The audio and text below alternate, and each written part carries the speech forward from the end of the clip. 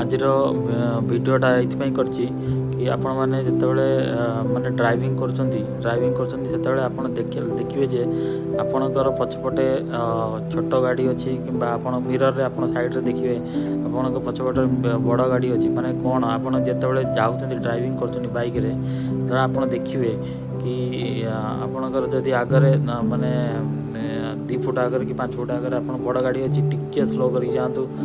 ଆପଣଙ୍କ ପଛପଟରେ ଯଦି ବଡ଼ ଗାଡ଼ି ଅଛି ତାହେଲେ ବି ଆପଣ ତାକୁ ସାଇଡ଼୍ ମାନେ ଟିକେ ରହିକି ସାଇଡ଼୍ କରିକି ତାପରେ ଆପଣ ଗାଡ଼ିଟାକୁ ଚଲାନ୍ତୁ। କିମ୍ବା ଆପଣ ତ ହେଲମେଟ୍ ନିହାତି ପିନ୍ଧିଯିବେ, ଯଦି ପର୍ଯ୍ୟନ୍ତ ପିନ୍ଧି ନାହାନ୍ତି ଆପଣ ହେଲମେଟ୍ ପିନ୍ଧି ନିଅନ୍ତୁ।